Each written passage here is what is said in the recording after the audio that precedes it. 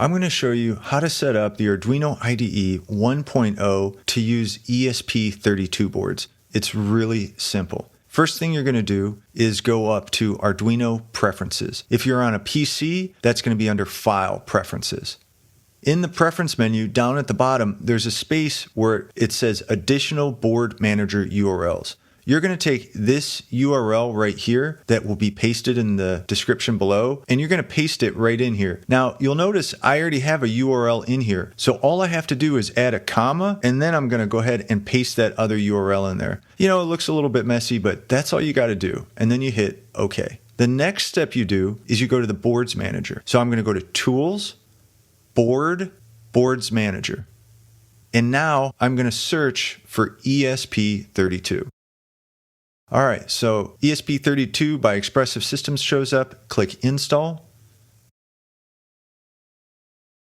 Once installation is complete, click Close. Now, when you come up to Tools and you go down to Board, you'll see a folder for ESP32 Arduino.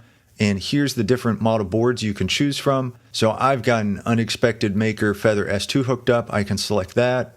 And I can also select the port it's connected to under Tools, Port, and then I can see it is right there. And that's it. Well, I hope you found this helpful. If you did, please subscribe to our channel. We put out tons of great videos about using Arduino and ESP32 and 8266 boards. If you enjoyed the video, please like it. And if you have any questions, just write it right in the comment. I do my very best to answer all the questions. And finally, hey, if you want to get started programming and prototyping with Arduino, learning how to code, check out ProgrammingElectronics.com, where we dive into all the details about coding with Arduino. It's a really fantastic membership program. You can check it out at ProgrammingElectronics.com. Take it easy. Bye.